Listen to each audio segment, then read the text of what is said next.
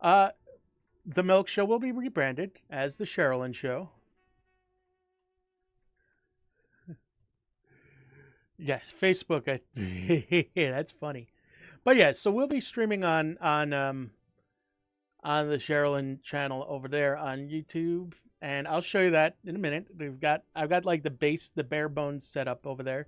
I've actually been working on that a bit. Did some graphic work and some other things, so it's getting to where I'm happy with it. But I want to do a couple other things, just to make it a little bit more homey. But I also will be doing something different. So now that when I do these shows and we do these streams, I'm also recording them at the same time. Now, that's because it makes it easier for me to upload them to YouTube directly without having to then download things off of uh, Twitch, wait for that, then edit things, upload. It saves me time. I am also going to be going through and making some shorts, and this will give me the opportunity to kind of do all the editing I want. Now, I was talking to a few content creators and listening in a couple of discussions, and it seems like over on YouTube, the algorithm has moved more favorably towards streaming and then editing the streams down to different content segments and then pushing that, as well as then having a main VOD channel, which I have. I have a VOD channel that I've set up a few weeks ago, which will be. See, this is why I'm kind of working on organizing all of the channels, sub-channels, and new social media links so that if you want to find a specific thing, so I want to watch the VODs, Mel, got you covered. I want to watch, I want to see all the latest on the main YouTube channel, got you covered. I want to check out all the stuff that's going on when you do crafting things. I got you covered there too. Because while I may stream things on one channel, like I may stream model builds and painting and terrain builds on one channel and upload like the VOD to the VOD channel, I will then record and then decide where this video is going to reside. And I will then upload okay, here's the stuff that I talked about. This will go on the Sherilyn channel.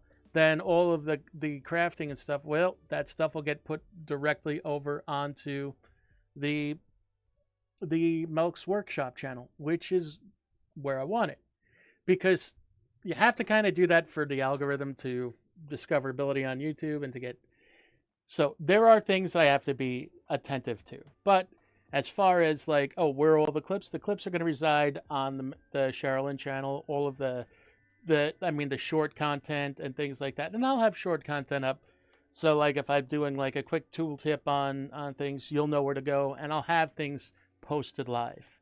So that's why I'm making the card website, because it's easy to see, oh, something new dropped. There it is. We can go check it out.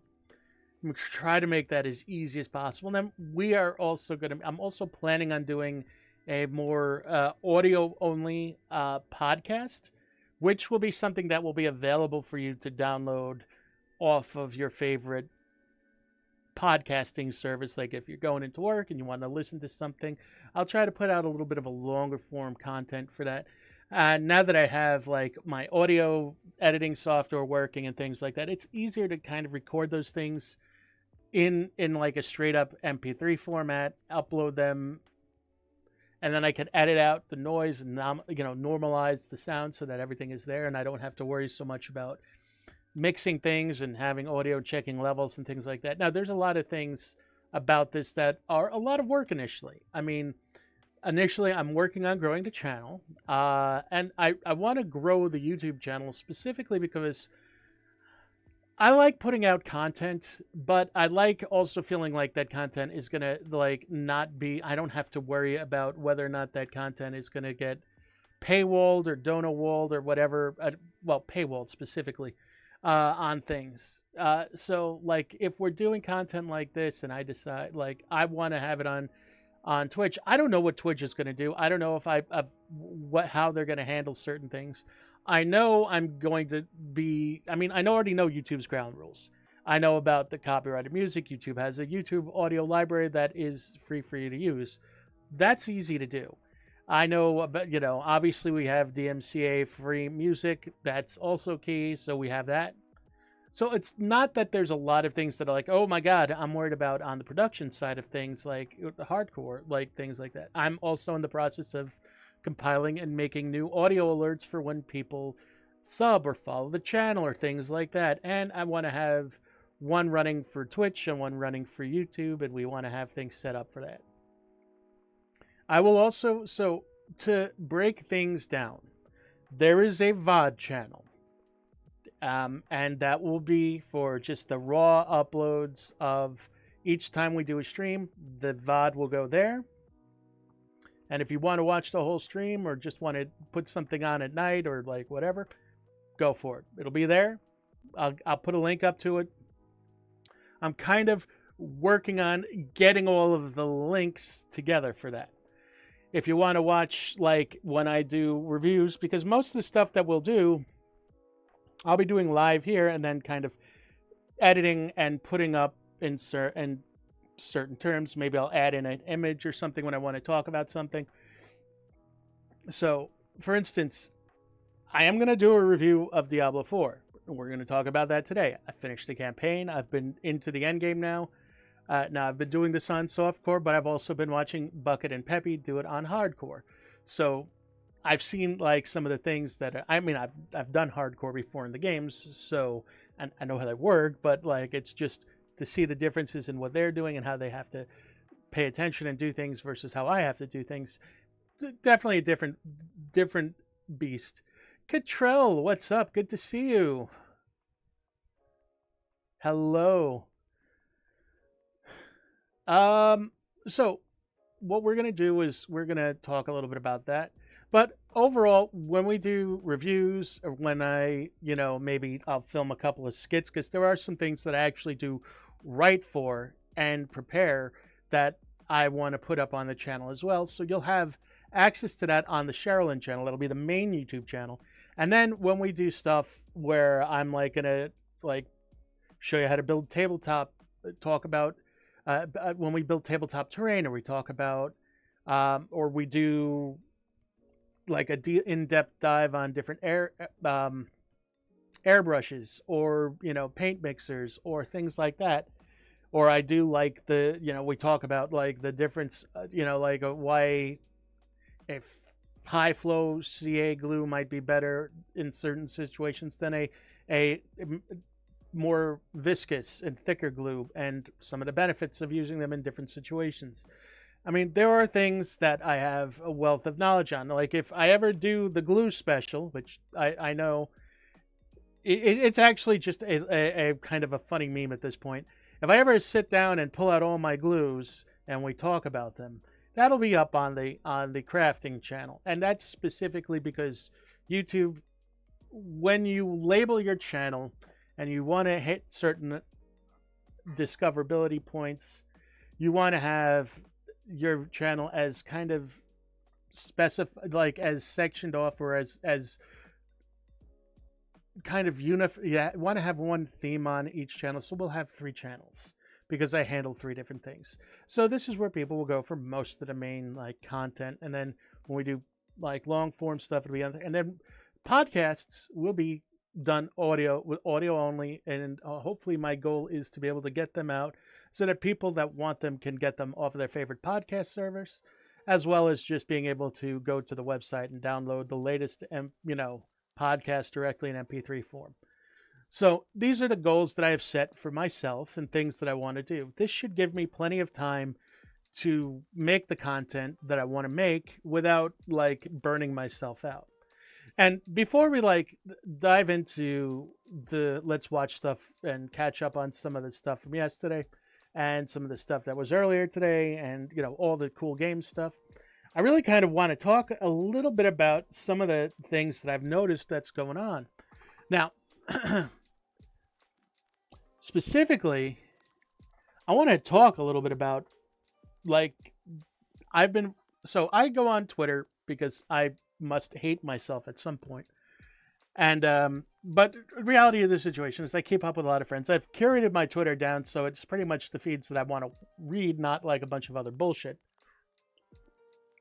But one thing that's kind of become a little bit of a disturbing trend is seeing people like good content creators just like being like, yeah, I'm stepping back, I'm taking a break, I'm retiring from streaming, I'm moving to a different platform, not for streaming purpose, but like I'm going to move from live streaming to making only YouTube content and things like that.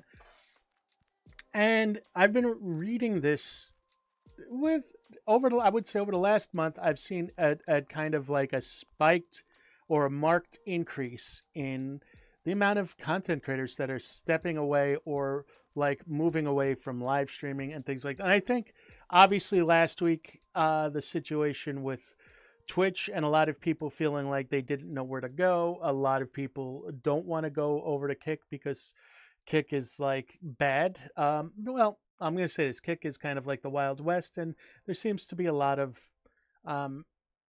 more hateful rhetoric over there. Found out some things about Rumble, that Rumble's just had out and out threats and made threats to creators and things like that. Neither of those platforms are really desirable to go and stream. Now, there are other live streaming services that seem to be prepping to launch that are looking a little bit more promising, but again, they're not launching anytime like within the next day or so. Let's say there's still a little bit of time before they launch, and we can even see what kind of viability or what kind of background they have. So there's some things that still have to be looked. YouTube is the kind of the OG, so to speak. YouTube's been around forever. At this point, technologically speaking, it has all the technology you need, all the back end you need to be able to stream. The main part of YouTube that is a problem is that they don't have an interface like Twitch has, which you can go and just see all the live streams and then sort out by, oh, I want to watch a Diablo streamer, I want to watch like a crafting stream or things like that, because of course, obviously, YouTube, you have far more types of categories available. And this is something that again I've been looking at, and I feel like we're going to be moving. I said like I have been streaming as a PNG tuber for the better part of slash VTuber for the better part of like 6 to 7 months now, and probably close to a year actually. And it's again how I find it easy to do things with, but I do understand where people are coming from with the burnout, because I see this a lot of times. So a lot of times people start up with one specific game and then they feel they have to keep streaming that game. Case in point, a friend of mine is trying to become partner and they're trying to do it just by streaming Final Fantasy 14. Here's the problem with 14. 14 is a really 14 got really popular 2 years ago, like super popular, right at the end of Shadowbringers, right before Endwalker. And the problem with that is it got super saturated by a lot of people just starting streaming. Of course, during the pandemic and everything else going on, sure, people were like home. Maybe most of them were probably either unemployed or on some sort of work leave, and then they were like, okay, I'm going to do something else because I got to earn money and I'm going to stir crazy in my house. So they started streaming, and a lot of them discovered 14. And then of course Blizzard had the big lawsuit, and a lot of things surfaced about Blizzard being a really bad company to work for in terms of how they treated sexual harassment, everything else, like all the other pay issues, and how they treated their employees, and of course the salaries for their employees. These all came out into the thing. We got a good look inside of Activision Blizzard, and we're like, ooh. And a lot of people stopped playing Blizzard games, and a lot of people stopped playing World of Warcraft. It didn't help that it came out at a time where Blizzard's entire had not been releasing really anything. Shadowlands was a dismal failure for World of Warcraft, and it drove a lot of people away. Nobody really liked it. Overwatch 2 was launched, when things were starting to maybe not, like things had kind of settled at Blizzard a little bit. And it launched on a big promise, which of course we found out wasn't going to be exactly the way they planned. And a lot of people got into streaming, and a lot of people switched over to 14. 14 became saturated, but it also produced a lot of Twitch partners. And a lot of people found a big following for that, and they've moved up. And I think a lot of people are still trying to do that. But here's the problem. Again, it's a saturated market that has the attention has diminished. Of course, now the attention a lot of people are going to turn on to is for Final Fantasy 16 and other games. A lot of big games have released since then. World of Warcraft released a new expansion. It was a 180 from where they had been. A lot of people liked it. It fixed a lot of the problems that people had with it, and they seem to be listening to their community for the first time in years. So that was a good thing, and that of course put people back there. Other games have come out. I know there's a new ESO expansion that launched like within the last week or two, and there's a lot of cool things that are going on in gaming. A lot of big games came out, and that has diluted where people's attention is.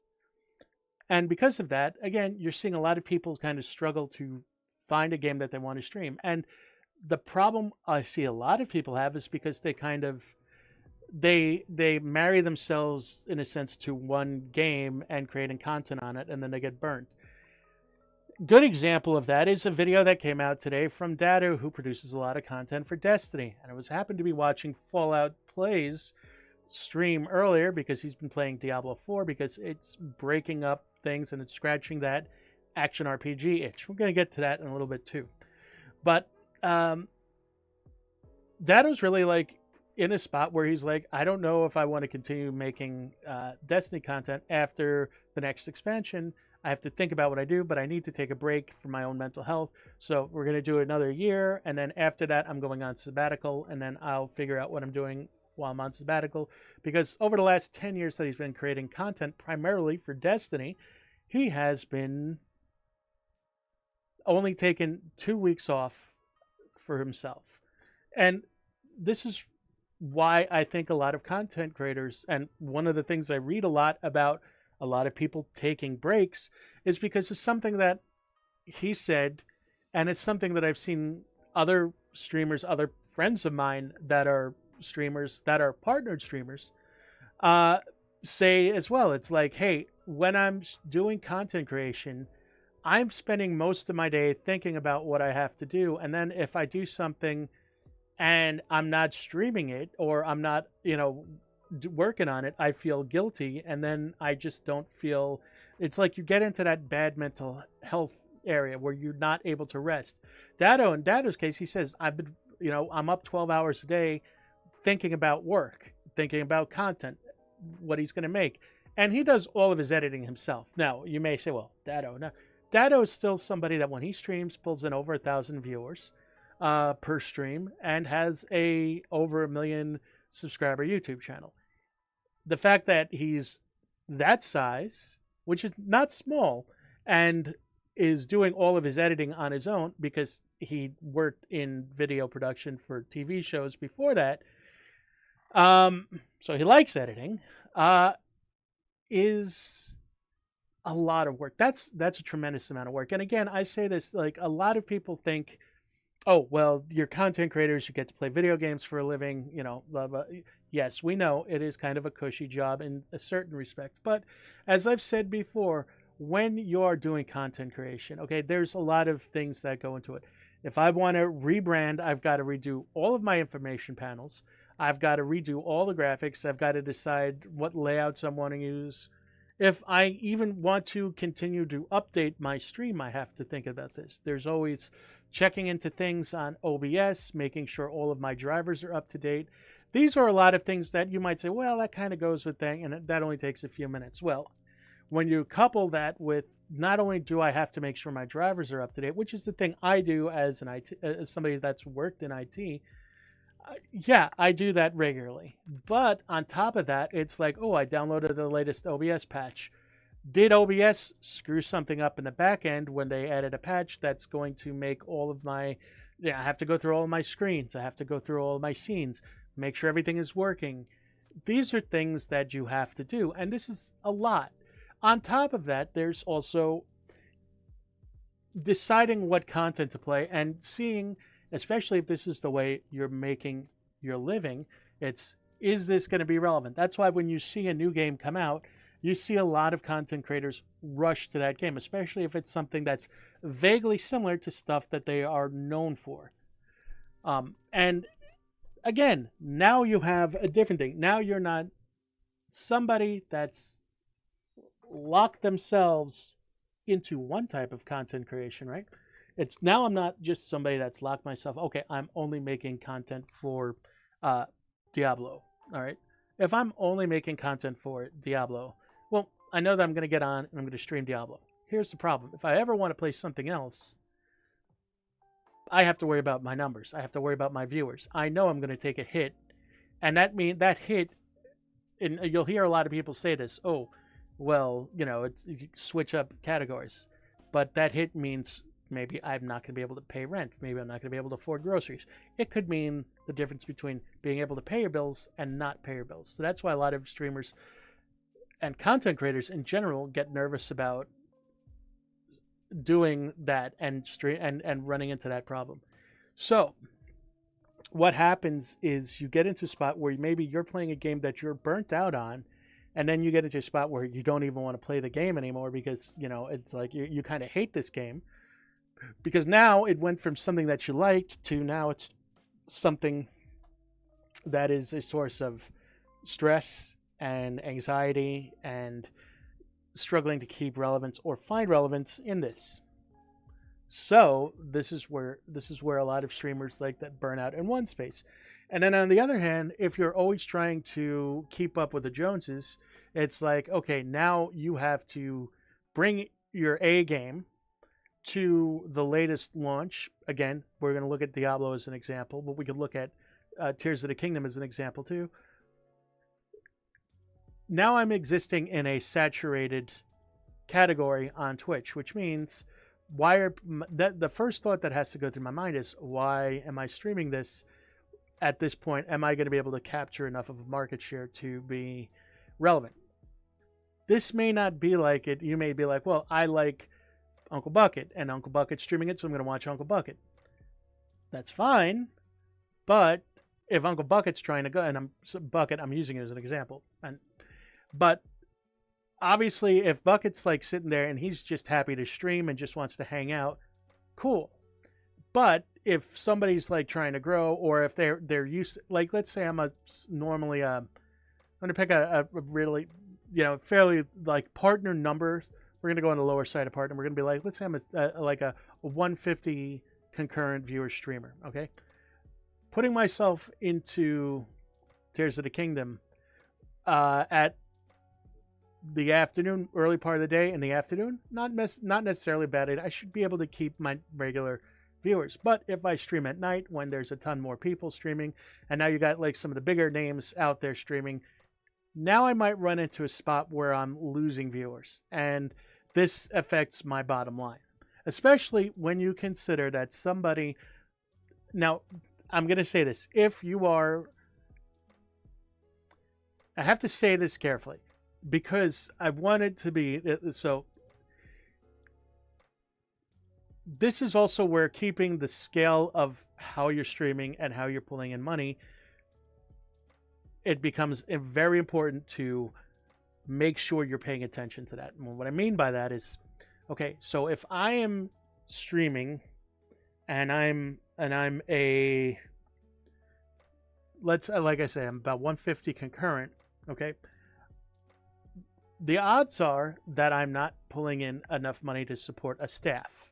Okay, I'm probably able to support myself to the most part, at least to be able to pay some of my bills. And I'm being realistic about this. But this is where I say it's important to be like, not be like, okay, I've hit the partner and now I'm going to overextend myself and hire an editor, hire this and try to, because it's not economically feasible. And you have to still work on building your audience. Now, you may say, "Oh, Mel, you're maybe you pull in 5 to 10 people to stream." But I've been around a long time, and I've watched streamers, friends that get big that have then either had to leave streaming because they weren't making ends meet, or I've watched them become successful, get bigger, and continue to grow.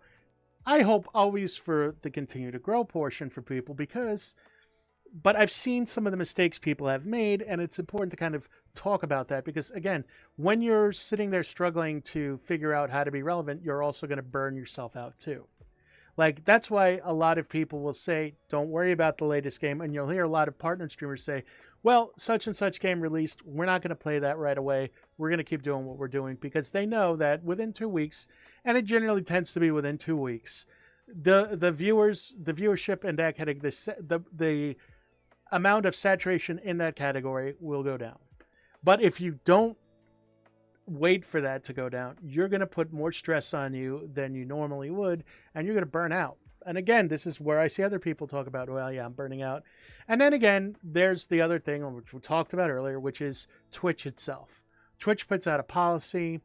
People that are already having a hard time hitting the go live button, maybe they're just not feeling it anymore. Maybe they started streaming as a hobby and they really liked it, and then they got partnered, and now they realize that they got to the point where they're big enough to do things, but now they keep seeing these issues over and over. And if you look in the last 6 months for Twitch, they've made a number of decisions that have, first thrown the viewing experience on Twitch kind of to the wayside, and in terms of the ads and the whole ad revenue split and everything else like that. Then they did the whole 50-50 split across the board, which they used to have 70-30 with some partners and contracts.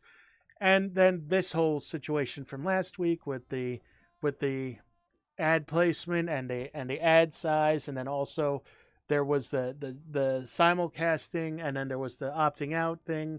And there's a lot of things in the TOS that they changed that they didn't talk about, that people didn't talk about. And we'll go over that one day, but not today. But that, again, is something that, again, so if you're already starting to not really have the fun streaming anymore, of course, it's going to make you decide to break. And I've seen people just be like, you know what, I'm done. I'm not going back to Twitch. I'm going to go get a 9-to-5. And that's perfectly fine. I content creation on a social media platform, because that's all of these are still social media platforms, is still a very new beast. Okay, it is something that is a new industry. It is something that, it's only recently that they've kind of figured out how to do taxes for it, reasonably. And it's, to be honest, it is something that a lot of people, nobody knows like what the shelf life is at talent like this. Sometimes people use this to propel themselves into other areas. Like, for instance, and again, I really want to say this is important, because sometimes somebody will come in and they'll start streaming, and then they'll use this as a platform to then build up the confidence, or maybe they'll develop the confidence to then pursue other forms of media.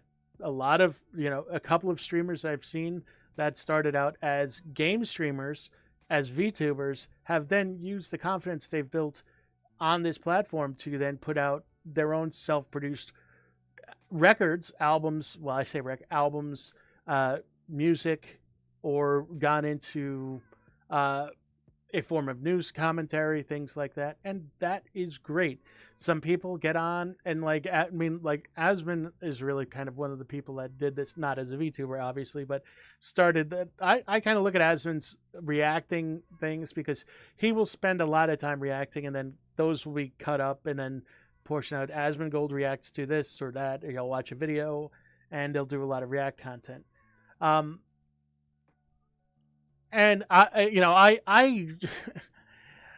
I do a little bit of that from time to time, but I try to keep it to smaller videos where we watch some things that I think are funny and maybe like to share with y'all.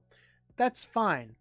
But again, that's curating a bunch of that. For him to do that, he has to, first of all, curate a bunch of stuff, whether it comes from his subreddit or whatever, figure out, see if it's going to be something that's acceptable for him to stream and react to live. and then like hand it off to his editors to like chop it up and put everything else where it's got to be. It's something that I've seen a lot of streamers do, a lot of VTubers do it. You know, it's good content, and it is good content. Like everybody likes to share things that they find funny and that's fun or interesting, and that's great.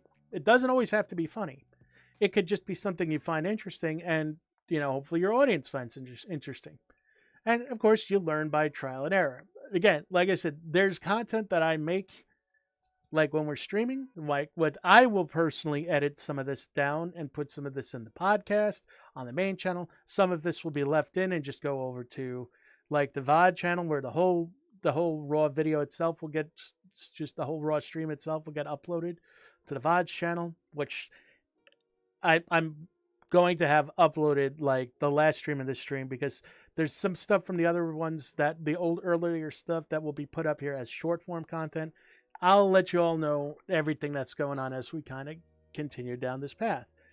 But overall, like we sit here and we go through all this stuff, and this is where you run into a lot of like why a lot of people have issues and wind up burning out as content creators. Now, you also have to keep in mind that when you're doing this stuff, there's a lot of feedback you get, especially with the YouTube channel. You get a lot of feedback. Some of it's good, some of it's bad. And you might say, well, just don't read the bad ones or just, you know, don't let the bad ones hit you. But I can tell you as somebody that's created content for a long time that the bad ones generally tend to stick out more than the positive ones. It's just the way the human mind works a lot, and it's unfortunate, but that is something. And you can read a couple of negative ones, but if you're reading negative ones after negative ones every day, it's going to wear on you. And, you know, again, if you're stressing out all the time over content, making content, doing all this work, and then doing everything, again, you are now consuming yourself with things. Now, as a small business, as a former business owner, and as a, you know, small, large, doesn't matter, and as somebody that's run project, you know, teams, you know, I am well aware of how much stress that you can put on yourself and how much you have to wind up working on things, and how much just being being present during 9 to 5 doesn't necessarily mean the job ends there. Sometimes you take things home with you. Sometimes you're thinking about things. Oftentimes you're kind of sitting there planning for the next day of work.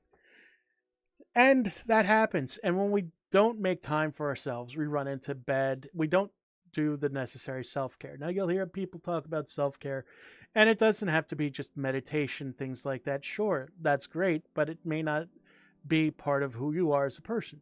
Self-care is doing something that relaxes you, that kind of you just make an arrangement with yourself to turn it all off for like an hour or two. Whatever you got to do to kind of recenter yourself, get yourself a little bit more grounded, and to be a little bit more, how do I say this? That you can connect yourself to the content, or not, you can disconnect yourself from the content and everything else out there, and just like give yourself a chance to unwind. A lot of people have been like, yo, I uninstalled Twitter on my phone. I understand, you know, and a lot of other things, so that like, yo, when I'm done, I'm done. And then I don't look at my phone for a while. And then if I want to go back and talk to people, I'll go back to my computer. And that's healthy. That's helped a lot of people. But it's important to remember that self-care is tremendously vital to you also not burning out. You need to take a step back. You need to walk away from things. You need to be like, okay, I've done streaming. I've done all the stuff I need to do after that. And now I'm done for the day. Usually, if I'm planning on doing a bunch of stuff for the week, especially as somebody that suffers from anxiety and a little bit of, you know, ADHD, I have to make a list of things I want to do during the week to make sure that I get them done and I hold myself accountable. And that might involve like planning out what I want to do from day to day. So for instance, today I know that this was a topic that I wanted to cover on stream and talk about. Tomorrow, I know I definitely want to go more in depth also because I want to change things around. I want to also look at what's been released today and go more over a lot of the games that I saw this weekend, some of the stuff from Squaresoft last night, some of the stuff that's coming out in the future. And I want to kind of go over that then, tomorrow.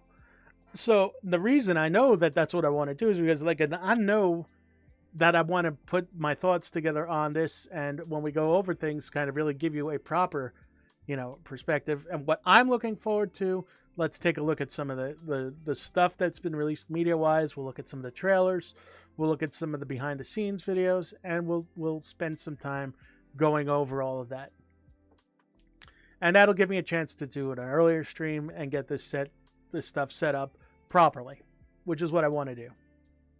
I'm excited, but there's things that I'll talk about. So, but that's important, because if you don't take the time to do that, plan, and then know that you have a plan, also that's part of self-care. It's like, hey, I know what I got to do for myself. Nobody knows you better than you, truthfully, most of the time. There are some examples out there, I'm sure. But once if you know yourself and you know what you need to do for yourself, then you need to take care of yourself and give yourself the time to take care of yourself.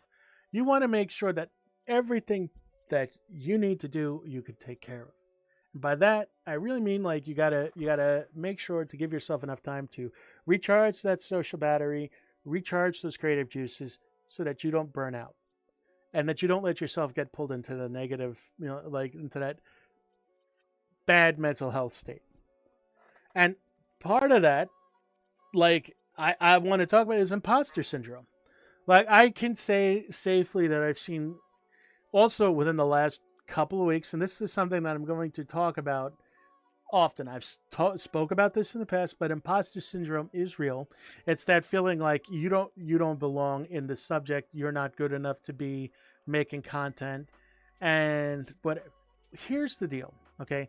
As somebody that does a lot of mini painting, as somebody that's done a lot of tabletop creating, and as somebody that's friends with a lot of other mini painters and content creators that work on this, it's very easy to let the comparison of myself to somebody else run away, and then I've got a bad case of imposter syndrome, oh, nothing I do is good enough, or I can paint something, but it's not going to be as good as Goobertown Hobbies or Miniac. But at the same point, I know that I've been painting for over 20 years. I know that I am a fast painter, and that's one of my skills. And I know that when I finish things, they look good, and I know what my vision, when I have a vision for painting something, I know what I got to do to achieve that. And then I just go and I can finish it. So, that is important to understand. Oh, wait, it doesn't... No, you don't have to... Nobody is going to be looking at you.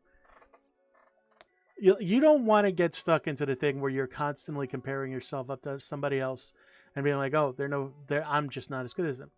Realize that the person that you're looking at some point was just starting out too. We're all just starting out at certain things. And we all bring different things to the table. Believe it or not, you may think, "Oh, I'm never as good as this person." That person, for instance, for me, I'll use Miniac as an example. Oh, I'm never as good as Miniac. I never know if Miniac's going to watch one of my things, or see one of my streams, or see one of my pieces, and be like, "Oh, yeah, that's really good.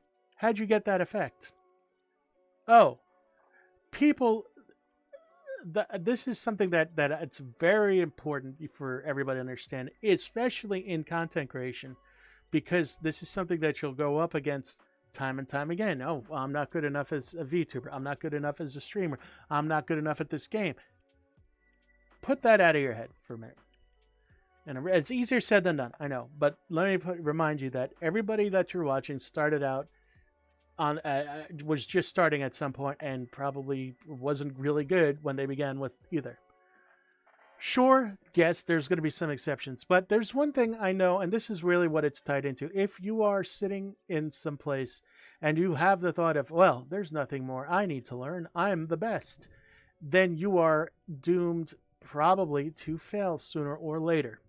And most likely, yes. Because what's going to happen is you're never going to learn. You're never going to have the desire to learn. If you feel like you're not good at something, don't let that mire you down into that trap of, oh, I'm terrible, I'm no good. There's everybody's better. If you see somebody and you like what they're doing, watch what they're doing and become inspired by it. I'm not saying copy them, but maybe you'll see things that they're doing that you'd like to do and you feel like you could put your own spin on it. Use it as an opportunity to learn rather than as an excuse to beat yourself down on. Because imposter syndrome is another leading cause of that whole mental health decline and the lack of self-care that people do because they just feel like they're not good. They're not good enough. I assure you that you're good enough. Just be yourself. Most importantly, the thing that's going to set you apart from somebody else, if you're looking to stand out, because obviously there is a certain element of, yeah, I've got to stand out. It's be yourself. Like legit, just be yourself. When you are at your most comfortable, you're also being yourself. If you're comfortable and you're doing things like in a way that other people can come in and have a good, cool vibe with you, then that's going to inevitably draw more people to you because they'll see who you are. They'll feel comfortable coming to your streams. It'll be a cool place that like goes with them, and then more people will come. And it's not going to happen overnight. Sure, maybe, yeah, you got to do something will happen, but trust in yourself and just make the content that you feel happy making for yourself. Don't worry about what some other guy doing. Like, I'm not going to worry about what Uncle Bucket's doing. And I like using Bucket as an example because he's a big, happy dude who, I never say anything. There's nothing bad you could say about Uncle Bucket. He's an amazing dude. But, like, legit, yeah, Bucket's going to make his own content. Peppy's going to make her own content. There's never a point where I'm like, oh, I got to do what Bucket does. I like watching Bucket because I like watching Bucket. If I want to watch, Sherilyn, I'll tune into Sherilyn. Me. And in this form. And what's up, Sean? How you doing? But like that's what goes on. Like you gotta be comfortable with yourself and know that the content you're creating, at the end of the day, you've got to feel confident with the fact that it's out there. And the best way to do that is to not get trapped in that, I'm not good enough. I assure you, you are good enough. And I can say this with a certain example because I'm going to put it this way.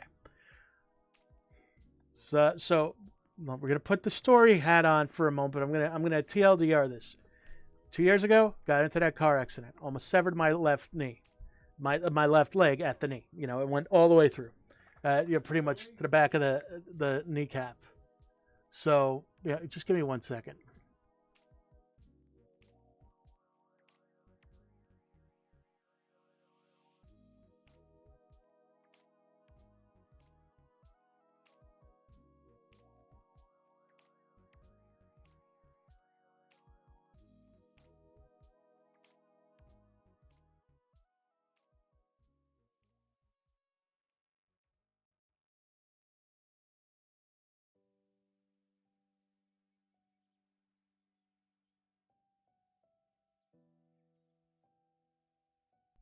Sorry, just answering a question upstairs. Anyway, so back to what I was saying. Okay. So that's why it's important to like kind of just let me hop back to the story.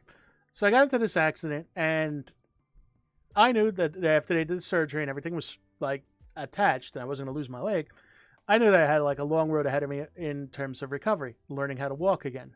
Because you go through a traumatic accident like that, like you're gonna take some time for the muscles to repair, everything else has to repair, and it's gonna take you a while to walk.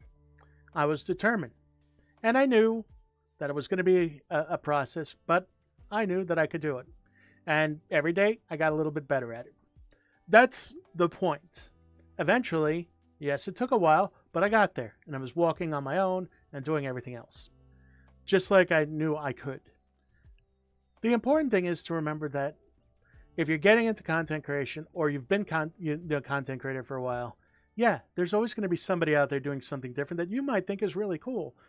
Don't just because, and it's great that we should love things. We should definitely love watching other people's content. We should love watching other things. It's one of the things that we like about content creation. I like putting out things that other people find cool and they want to go back and watch, and that's awesome. But you don't have to compare yourself to them and be like, oh, I'll never be able to do what Pepperana does. Well, sure, I'm not Pepperana. If I was, that'd be really weird. But yeah, there's going to be other people doing it. Don't get yourself stuck into this imposter syndrome. Oh, I'm not good enough. Again, put your mind to it. Try to pull yourself out of that. Don't let yourself get sucked into that imposter syndrome trap, because that's what it is. It's a trap. Now, the last thing, those of you who know any sort of myself, there is always going to be one of the things that definitely also contributes to burnout and just the whole like, I can't do this anymore, is tech issues. Whether it's OBS drivers, whether it's OBS and your drivers, whether it's your computer needs to be updated, whether it's you're having a failing hard drive, or like unfortunately a good friend had, and hopefully everything can be fixed. But like a lot of things can go on, and that tech issues are notorious in this. Okay. When I go live, okay, I have to pull up OBS. I have to pull up MeTube, my PNG file animator. I have to pull up my chatbot, Spotify if I'm going to use it, and a browser if we're going to go and look at other stuff on the internet. And that's one of the things that just goes with the territory. Like, there's a lot of tech. I've got to check my mic. I've got to check my headset. I got to make sure all the audio is set to the right area. And when you're relying on a number of different pieces in this puzzle, well, you're going to have issues that come up, whether it's a user issue like me forgetting to turn my damn mic on. There's certainly been streams in the past where I've talked for 15 minutes and everybody's been like, Mel, you're muted. Oh. These things are going to happen. Now, while a muted microphone isn't the end of the world, if you're a VTuber and your capture isn't working right, your model is freezing up and things like that, it gets very frustrated. As a streamer that had issues for the longest time with my ISP and upload speeds, that was extremely frustrating for me. When I stream, I like to be able to, like, the max you can put out in terms of FPS right now is like 60 FPS. When I stream, I like having that 60 FPS up there. When I upgraded to fiber, that did solve all of my issues, because now I get 300 up, 300 down. And that solves all of my bandwidth issues. I don't have to worry about it. I could stream at 60 FPS all day long and not have to worry about, am I going to drop frames? But dropped frames is a thing. ISP connectivity is a thing. Storms are a thing. Like, anything that causes a problem in your ability to be able to stream at the quality that you'd like to be able to stream in is definitely going to cause you a lot of distress. And if that distress goes on an everyday basis, where you're either having a computer hiccup or something else, yeah, that quickly gets onto that thing and will contribute to the burnout. And this is, like, again, what I see a lot lately happening, and it's unfortunate, but it is something that does go hand in hand with content creation. My best advice to everybody thinking about getting into this, or that's already doing this and is maybe approaching that, is, once again, self-care is supremely important. Don't let content creation consume your life. It is a job. It is a hobby for some people. If it's a hobby and that's how you're happy with it, you have a good job or whatever, then let it be a hobby. If it's something that you're doing as full-time to try to raise money or to try to do things because that's where you feel you need to do it, again, that's what you want to do, awesome. But again, remember, you don't have to put in all the work all the time.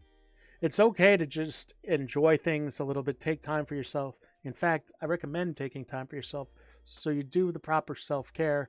This way you don't burn out. Ultimately, if you try to burn the candle at both ends, you're just going to burn out and you're going to quit. And you're going to be unhappy and you're going to have regrets. And these things can happen. You get stuck into a funk. And nobody wants that. So that's why it's important to make sure you're always taking care of yourself first and foremost. Because that's super important to keeping yourself balanced. And believe it or not, it's also going to reflect when people come to your stream. if I'm burnt out, or if I know that a streamer I'm watching is getting to that burnout spot, and you could see it, believe it or not, even if you think you're hiding it, you're not hiding it. It will come through in some way that you're interacting with people and how you're feeling, or even the amount of energy you have when you stream. And people pick up on that. Now, not everybody is a high energy streamer. Obviously, we're not doing anything high octane gaming right now, but that's just how it is. People know what they expect when they come here.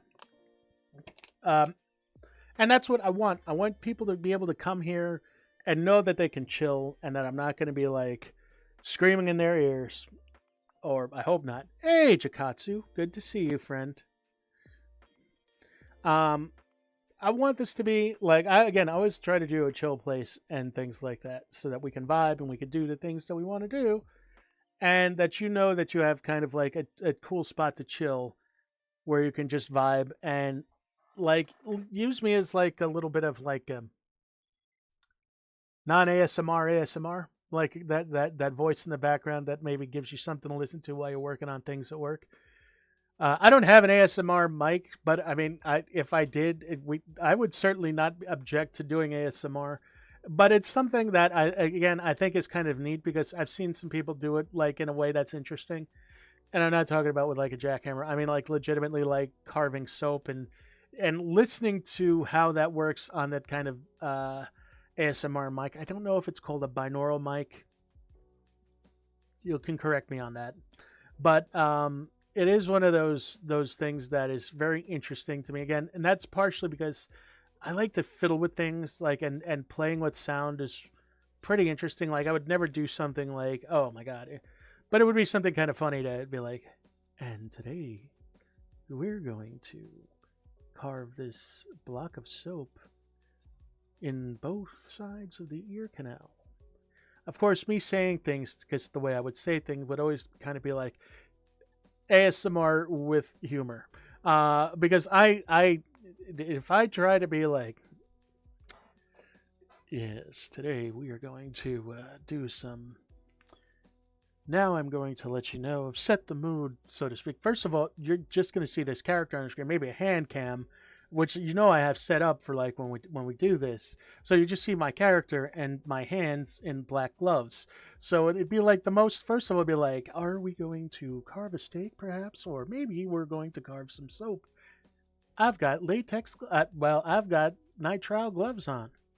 Who knows? That to me just doesn't seem very ASMR. Like if all of a sudden like we cut to a hand cam and you see one of the hobby cutting mats and like black nitrile gloves on, that doesn't strike me as being very relaxing. That's like,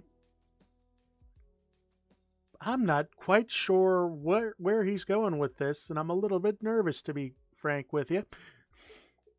Also, his character's a necromancer. How do we know he's not going to try to perform some sort of ritual to reanimate a chicken? And that's a fair question, right? Let's be honest. So, this is why I say, like, it's all about doing it the proper way. If I was obviously we're going to do something like that, I would have a setup for it. I would make it as relaxing as possible. But there are some things that I've learned as I've watched that kind of content and some friends that have like kind of dived into that, and it's really kind of neat just for the fact that it's neat. And I know that certain sounds have that effect. Like for me, like if I want to relax, I like white noise. So like a fan on, like, not only the fact that I like it a little bit cooler, but like a fan, the sound of a fan motor going on a low speed, very soothing to my ears and helps me go to sleep. Or like rain. Oh, if it's raining outside and it's nice and cool, I will open that window and just sleep next to, my bed's right next to the window, so I'll just lay there and like zone out and listen to the rain and probably fall asleep. So like take a thick nap, so to speak, a chunky nap, if you will. And but yeah, I mean, like that's one of those things that you that's really kind of like, I realized a little bit of that. And even like when we do painting streams and I put on this kind of music, we got the lo-fi going, and I'm just kind of talking quietly about how we're doing things, because I do a little bit of I realize that I do fall into that like Bob Ross kind of, and now we're going to put a little bit of dry brushing on. And, you know, that's just what I do. And I do realize that there is an element of ASMR to that, too. It's not like, it's important to note that ASMR, and I know we just radically swing topics, but we're going to go with it. Like, that portion of ASMR is not just using the binaural microphone. It is like anything that people can find relaxing and use to kind of unwind, and that helps. Sometimes, I'll tell you, there's a channel on YouTube called Raven Reads, and she has one of the most soothing voices, and she reads these like horror stories, and she's got like rain sounds in the background and a little bit of light, like very low like music in the back, like sometimes it's piano themes and things like that, and it's just like, I don't care if she's talking about Bigfoot ripping the head off of some poor slob in the woods. I'm going to sleep to this because it's relaxing. It's just because of the way her voice flows with everything. It sounds really weird, but it's one of those things I find that I know if I put that on, I am going to be out like a light because of just the way she structured her videos and the way she sets everything up. It's very interesting. So like there's a lot of things that we've I've found about this. There's a lot more things that are interesting to me in content creation. And again, a lot of this, like on Twitch, I like doing these talk shows, podcast style episodes. And again, I'm excited. Like, don't get me wrong. Like, I am actually genuinely excited about making content and doing things. I have a lot of ideas. And not all of it is like stuff that I'll necessarily put up on YouTube. Some of it is stuff that I'll submit to other streams. So, for instance, I've been following Bow the Whale for a while. She does this, misinformation about her. And we did this where we make up these funny, like, not like completely off the wall lore.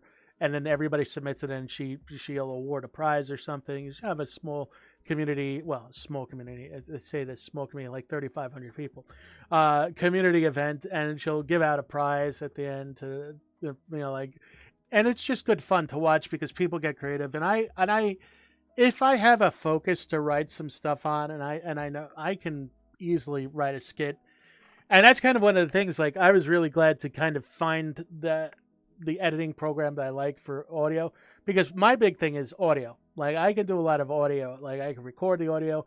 I'm actually really good at doing a one takes on audio and then just really kind of cleaning up any background noise in my editor and then just kind of like, and making it come out really good. I used to, because I've done that for a while. Like, if I do an actual video, which you guys are actually going to see on the main channel, which is what I'm excited about. Like, when I do like a video and I really kind of want to talk about something, I will, and if I'm going to do like the production and editing for it, I will record the voiceover and I will write a script for my voiceover.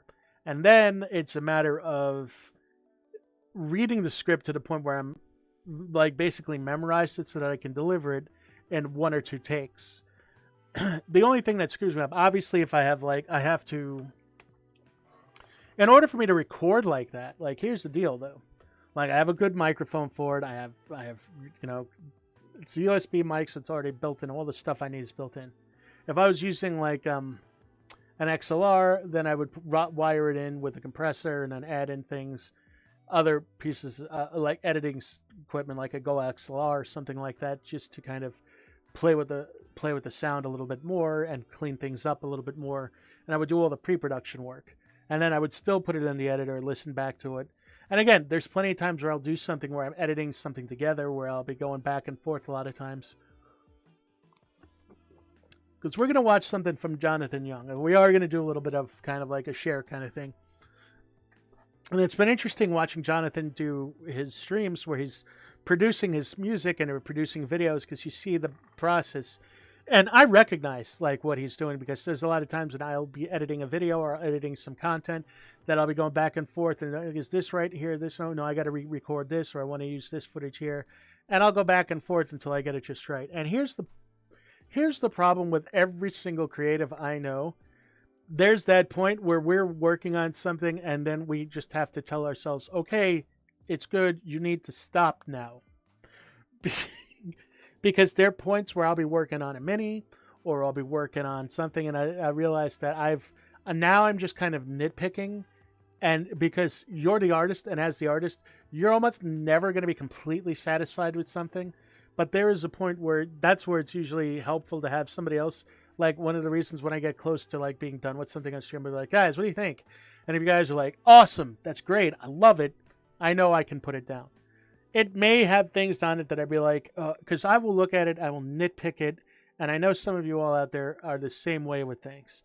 So you get to that point where it's really helpful and kind of almost needed at times for it to have another set of eyes on something and be like, yep, I gotta check this out because I need so and so's opinion on this, because then they'll tell me, oh yeah, no, that's perfect, leave it like that.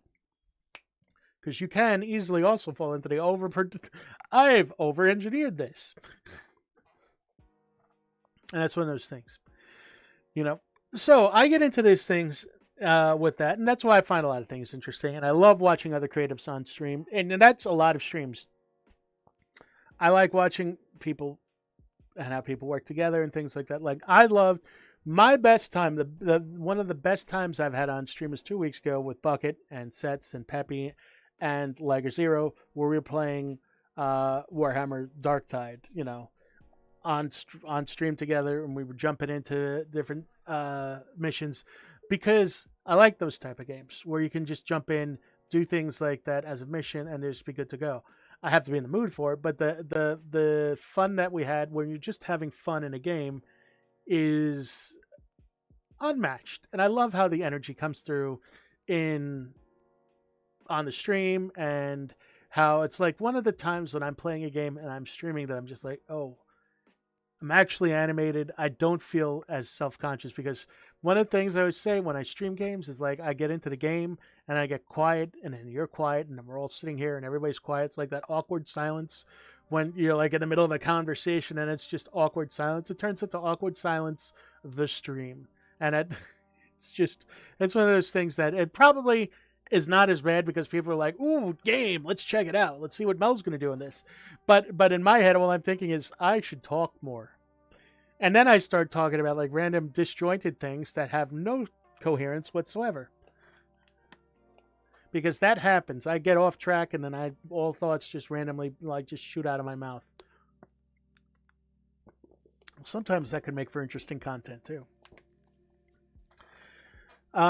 But yeah, so there are things that I always want to add in, and there's things I always want to try. So I'm looking forward to doing that more. But like I said, there's going to be stuff that we're going to be doing on YouTube. So that being said, let's switch over to... We're going to watch a couple of things.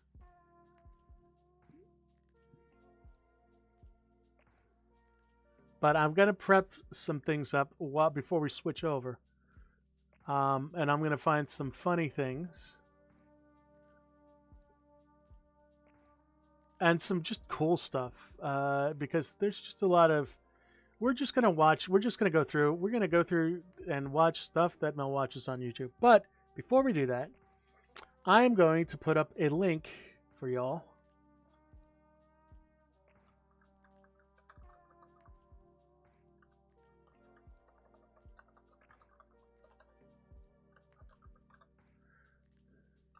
So that is the new YouTube channel. That is going to be the main channel for all the content that we produce here. That is not, you'll see that there's one up there for Veil Craftworks. That is going to be, that's the name of it, Veil Craftworks. That's the one for all of the stuff that we're going to be doing on the crafting channel. That's going to be the crafting channel. So I'm reworking these links. So it's just going to be one link, and it's going to come up. So you'll see that. I'm going to edit that. Forgot to edit the chat bot. I'm not going to do that on stream with you. Well, I could show you how to do that, but we do that for like when I talk about streaming. But I'll show you the layout as so far that we have. So we're going to the game stream.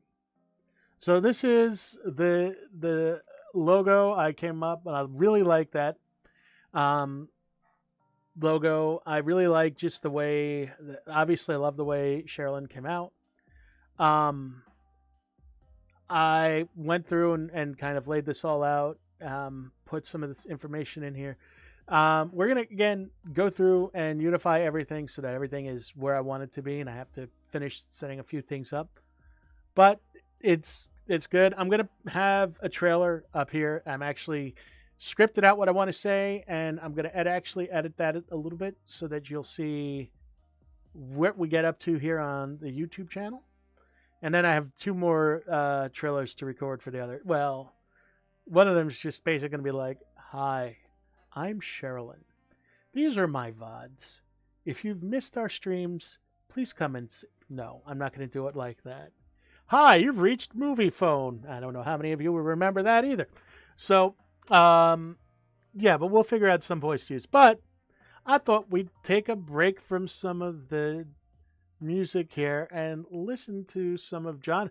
Now, Jonathan, I love Jonathan. Jonathan is an awesome dude, does a lot of great stuff. But this is perhaps, this came out last week, and this is fantastic.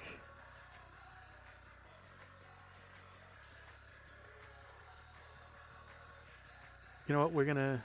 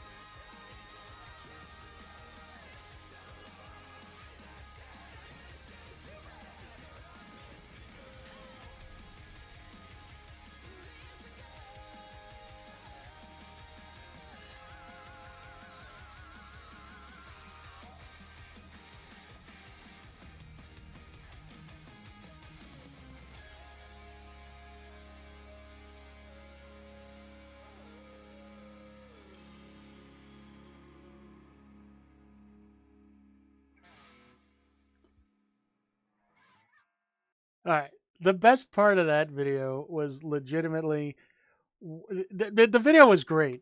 I think the part I find the most amusing about that video is just, just how unenthused Jonathan looks to be in that Sebastian outfit.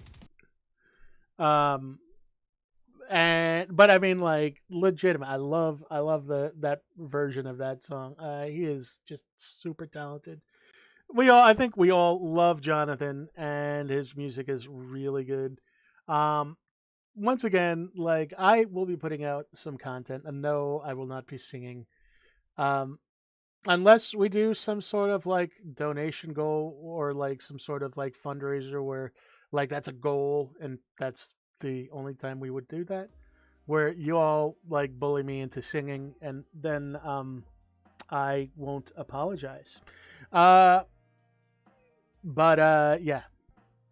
But for the most part, like, I think for today we're gonna call it there.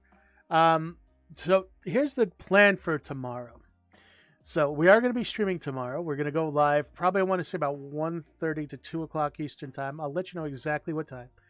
We're going to go over some of the stuff from the Summer Game Fest so far. We're going to go over some of the games that were announced. I'm going to curate some of the trailers because I'm not going to rewatch the whole thing because I I saw it and there were a lot of things like on the indie game showcase where I basically just wanted to pound my face into my desk.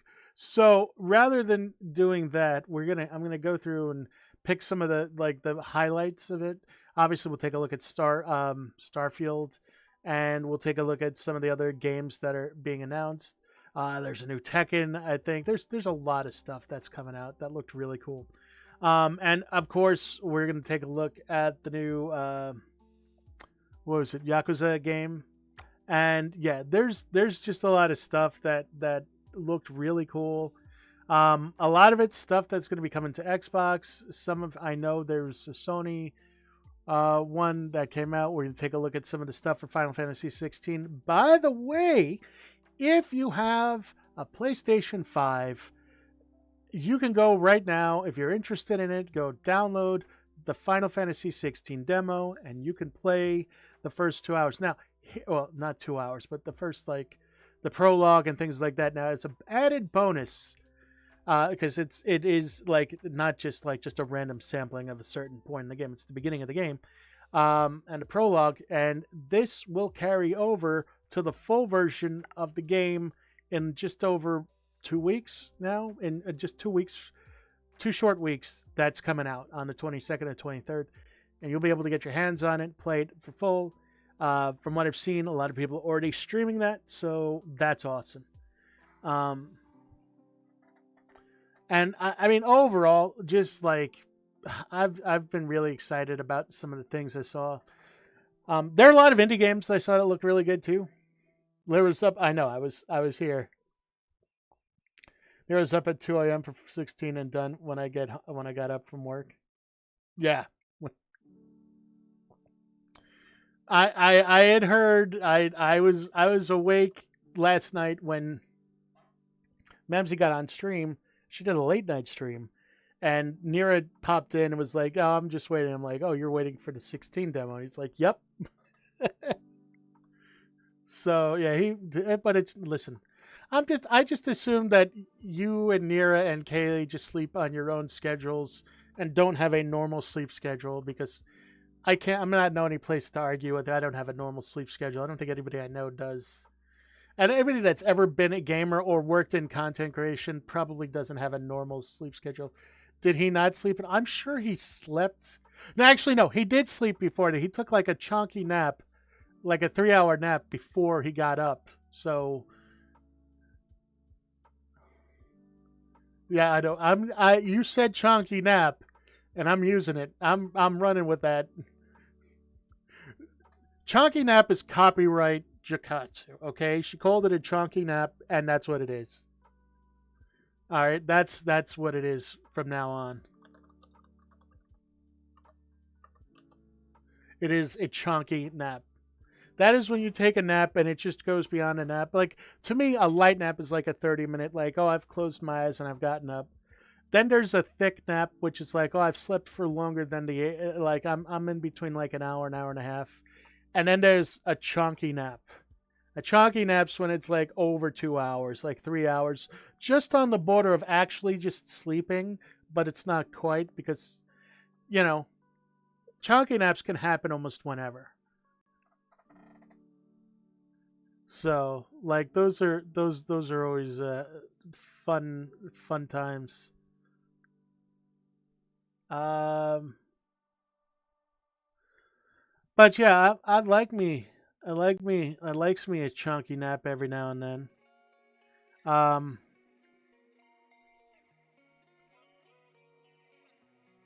so those are always fun. What's up, Beefy? How you doing? So we are going to go and see who is still live. There's a few people that are live. I don't know who I can. There's almost. You know what? I think.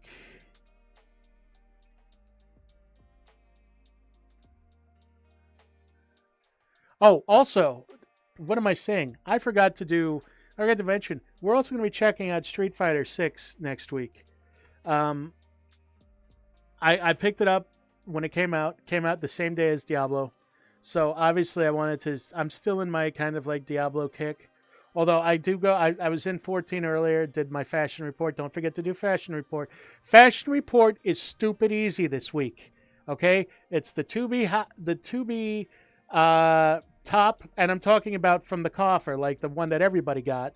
It's the 2B headpiece, the 2B top, the 2B leggings, and the you get the legs from the second level of tombstones in uh, Idleshire. It's really easy to get 100. So just FYI, if you haven't done Fashion Report and you want to get the 60,000 MGP, it's easy to get. So that's a heads up on that. Um,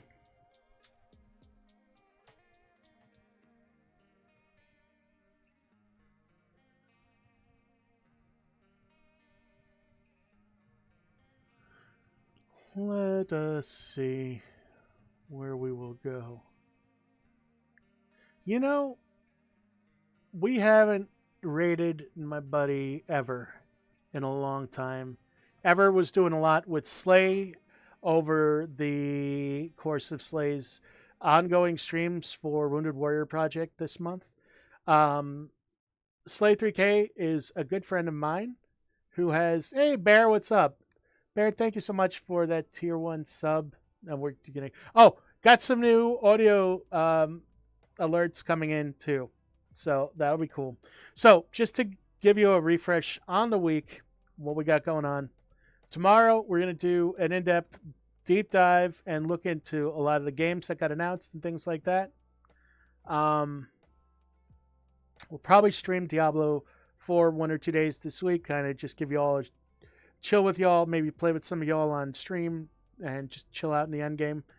And then Saturday, we are going to do the lore for Sherilyn here. I'll have a new set for Sherilyn. And maybe we'll get Art Womble if he's around. I don't know, because he's, in the UK. We'll see if we can get Art Womble in to talk a little bit about the art process that he did. But hi, Bear. I love how delayed that is. But yeah. So we're gonna do that. I will probably stream at some time. I'm not sure if it's all going to be Diablo 4. I will probably go into some Honkai Star Rail just because I play Honkai Star Rail. So just FYI, for what I do, okay, for what I use here, as far as streaming, I'm always going to stream games that I regularly play. So Diablo 4, 14 on occasion, and 14 on occasion, like if we're doing maps or something, I'll probably stream it. If I'm going to get on, we're going to do, if I'm going to play Honkai or Genshin. Genshin's got a new banner tomorrow night that's coming out. I actually have some primos saved up, so we may just like stream tomorrow and then Wednesday or Thursday just do some polls and see if we get any of the characters that I want with the primos that I've got actually saved up. Proud of myself. I've just been saving, so we should be able to get some decent pulls in towards that. And yeah, but like I like Honkai, I like Genshin. They're fun to play. You can free to play them. Just FYI, um, the base core games of them are like I'm actually legitimately shocked by how good the games actually are overall. Like people are like, don't you want to play Zelda? Yeah, I want to play Zelda. But while I can't play Zelda, I can play Genshin for free. And Genshin uses a lot of the same characteristics as Zelda. I mean, granted, it's not Tears of the Korok. I mean, Trials of Tears of the Kingdom, because we all know what happens. Actually, maybe you don't. And maybe we're not going to go anywhere just yet. Maybe we're going to take a look at one more clip.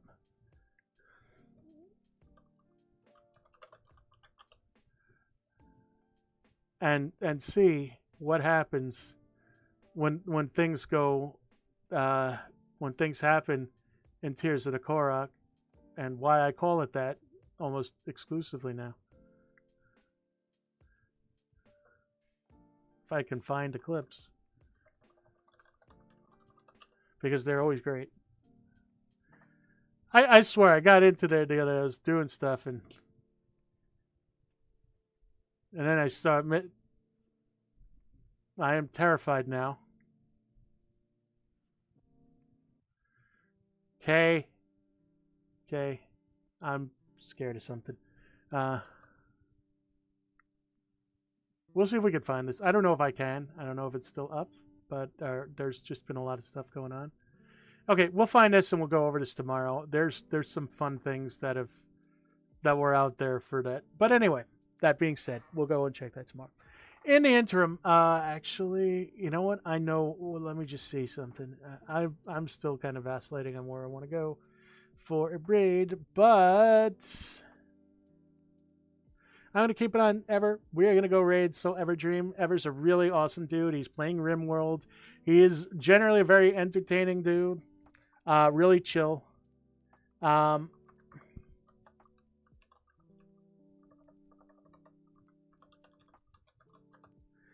And I will see you all tomorrow for our kind of look into some of the things that are going on with the new games and stuff coming out. I will put out some stuff and we'll get some new things. So, yeah, I'll put out some tweets about when we go live. But generally speaking, I would say 2 p.m. is Eastern time is the safe bet. So, all right, everybody. I hope you have a wonderful day. Thank you for spending some time here with me. And I will catch you tomorrow. People just reusing stuff. It's zero. Oh, like it doesn't.